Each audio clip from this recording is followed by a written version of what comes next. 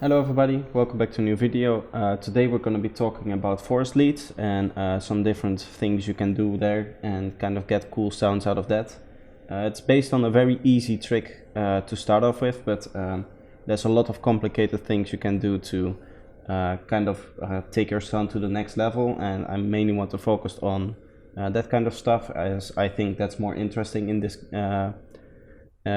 for this particular sound. The sound was actually requested by someone in the comments, and so yeah, that's why I'm gonna cover it today, and I hope you all enjoy. If you have any sounds that you would like to see me cover, feel free to leave a comment down below, but for now we're gonna just jump into it.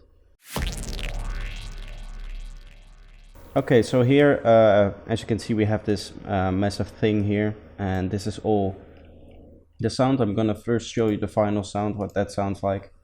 I'll have to turn these off. The final sound I came up with was this one.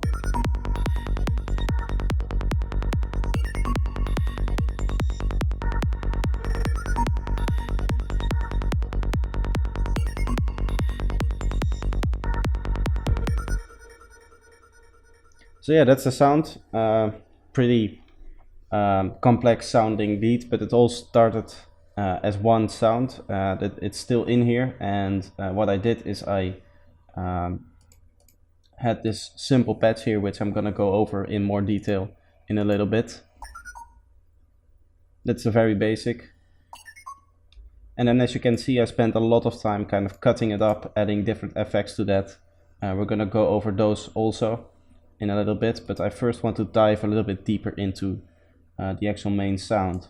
As you can see, there's a lot of weird things going on right off the bat. You can see some weird EQs here down the line. You can see a completely wet reverb here. You can see that we're actually auto-tuning this sound here. So there's a lot going on, but if we dive into the patch, this is actually pretty easy. As you can see, just a little bit of processing here to kind of get a stereo version of the sound and a compressor. But the main thing is happening in the filter, where we have a bandpass with a resonance set at 100. So we get this very steep resonant spike, and it starts to self-oscillate. And the cutoff is determined by this macro, or the LFO1 here, which is used to kind of shift it around and kind of give in the melody.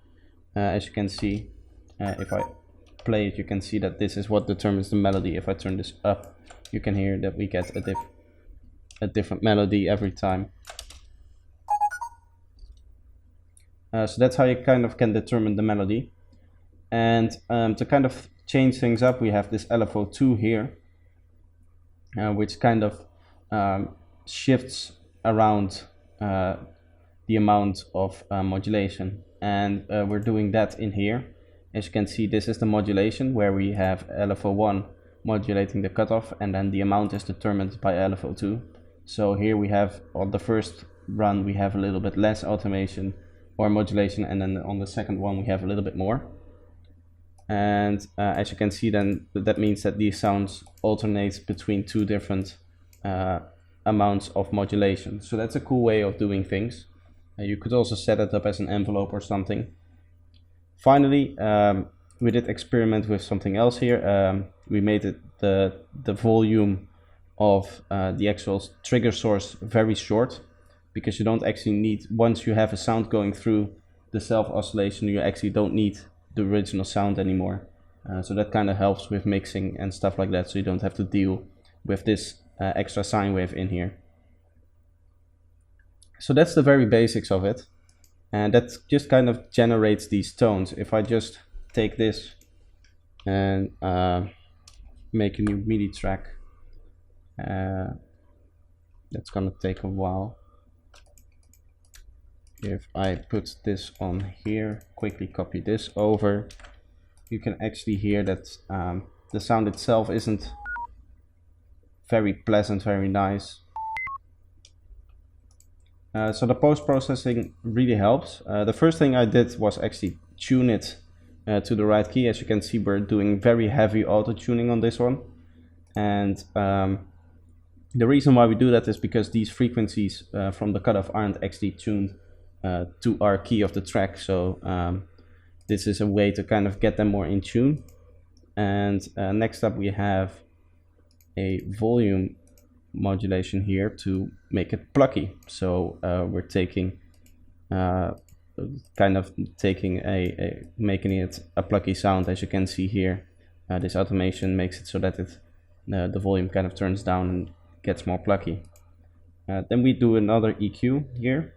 I've talked about this particular trick before in my mixing grid sounds tutorial, where you take a sound that has some high end and you automate away, or you filter away all of the high end and then reapply some kind of process to reintroduce the high end. And as you can see, we've done this here in two different ways.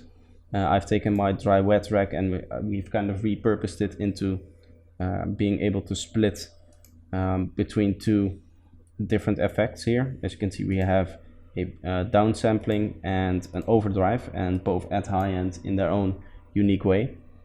And then kind of to make it a little bit more alive and a little bit more airy, we're actually running it through a really short reverb here. And because as you can see on the spectrum, if I quickly open that up, you can see they're just kind of like these plucky one resonant spikes, as if they were sine waves, which they basically are. So to kind of lighten them up and kind of give them a little bit more space, we are running them through this very short, completely wet reverb effect here. Then we're doing some more EQing to kind of get them in check and make sure that the high end we generated here it kind of feels correct with the track. We're mostly cutting away the original sound to kind of boost the high end a little bit. And finally, we're doing some stereo processing, nothing crazy here. As you can see, the actual third band or the fourth band, you don't have to look at this. This isn't in use anymore. As you can see, we're using both the exciter as well as the widening parameters here, as well as on the whole thing, to kind of give it a lot more stereo stuff to work with. So that's how the bass sound is made. And as I said, very simple. Something you can also experiment with. What I want to kind of share is what you can do to take that to the next level. So what I did is I basically recorded out one run of me playing this sound here, and I chopped it up and added different effects to them. So we're kind of going to go over the effects I used. The first one is a really cool track where you tune your delay time to the key of your track. I don't remember if I tuned this exactly right. There are ways to find out on the internet. There are different calculators to find the key of a track and then find how long one wave cycle is for a certain key. Let's say you want to tune it to G2. You can find the exact wavelength in milliseconds of a G2 note or a G1 note or something like that, and then set your delay time to that. But in this case I probably did it on ear and it sounds pretty good. It kind of gives it a really cool metallic effect. I actually have to turn this on so that you kind of get this nice little stuttery effect, but it's so fast that it almost becomes like an audible wave. I think there's something else going on. Yeah, as you can see, what we're also doing is a lot of tuning up.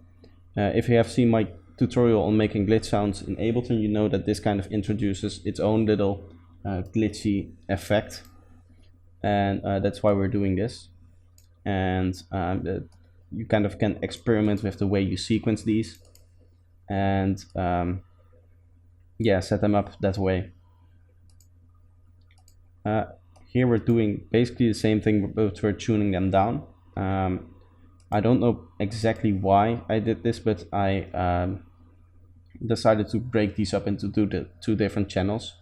I think it has to do with the delay, which I'm actually automating the dry wet off. As you can see, we're sometimes fully wet and sometimes fully dry. And that's the same for this one as well. Here, as you can see, we're a little bit more liberal, going up and kind of sloping up like that. And then the final track here is just basically one of the rendered, or one of the initial sounds. I believe it's this one or another one, and that just repeated 4 times very quickly, so you kind of get this stutter effect. I have to kind of stutters in there, and that's a cool effect you can use. So then you basically have that lead sound here, and what you then can do is you can dive in and kind of do it again. You can start piling up. You can start with this recording and redo the same thing, the same up and down pitching, those kind of things. So if we go to the final group, there's a lot of interesting stuff going on. Again, we have our main line. I decided to have like most of the sounds are on here, on top, and we have layered them with some sounds, which I have again pitch shifted, I believe. If I quickly go here, as you can see, yeah, we've been tuning them, these up and down, all different values. I believe some are -24, others are -12 somewhere, if I can find one. Yeah, here you can see -12, and but most of them are 2 octaves down. Again, using the beats mode, that's the standard mode in which Ableton warps them, and it kind of gives this glitchy effect.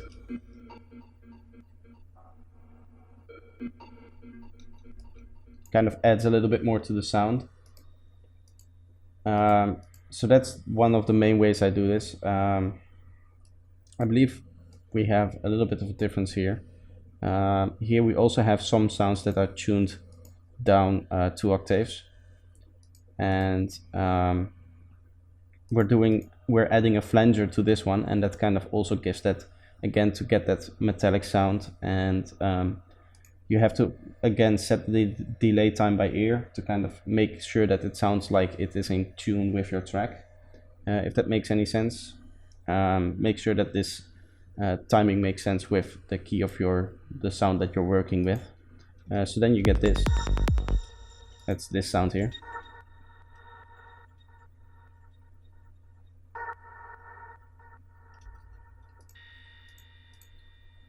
So that's the final sound we came up with, and we did some more processing here. As you can see, there's a lot going on here, but I mainly want to talk about the delay and the reverb. We have a delay here, which is sometimes turned off. As you can see this is the automation down below here, actually. And that kind of helps enforce the rhythm in some points. You can hear it sounds really cool when the delay suddenly turns off and stops.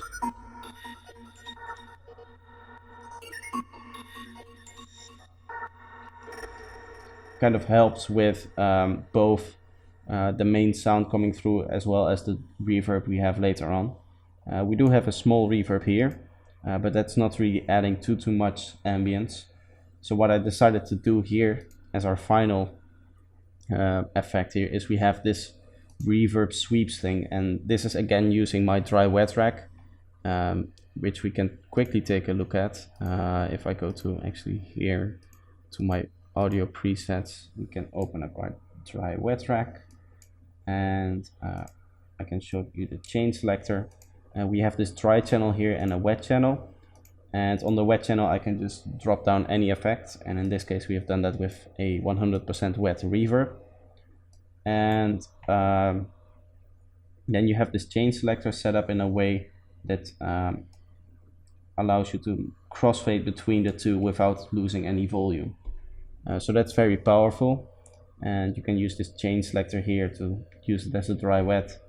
And the way you set that up is normally they all start at the same thing here, and you kind of drag them out, and then you can drag one of the top to this way and the other, the top thingy up there to the other way, and that determines kind of the crossfade. So you can like crossfade between 2 or even more tracks if you want to.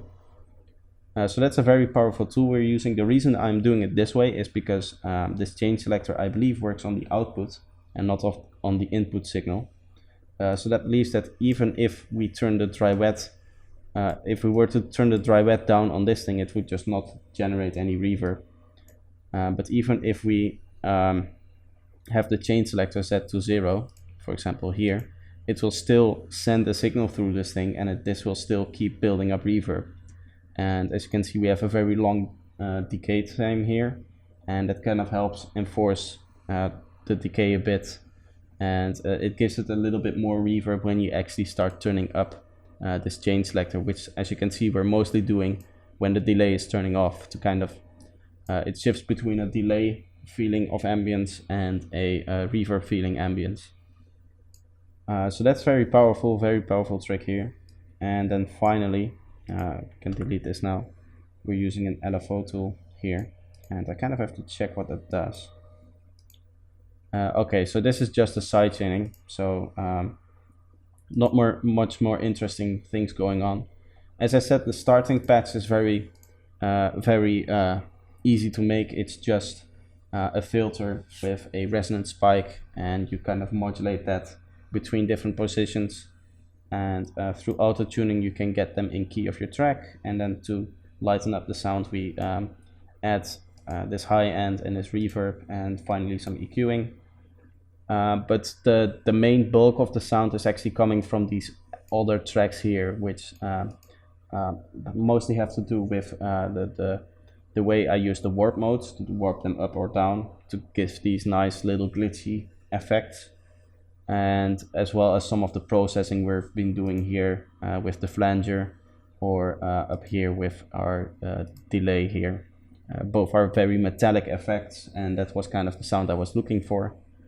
So yeah, I hope this kind of gives you an inspiration to start making your own more complex forest leads, and you can use this trick also on other lead sounds. It's something I've been using a lot more in my own productions, and yeah, I hope you enjoyed this video, and if you have any suggestions for future videos, feel free to let me know.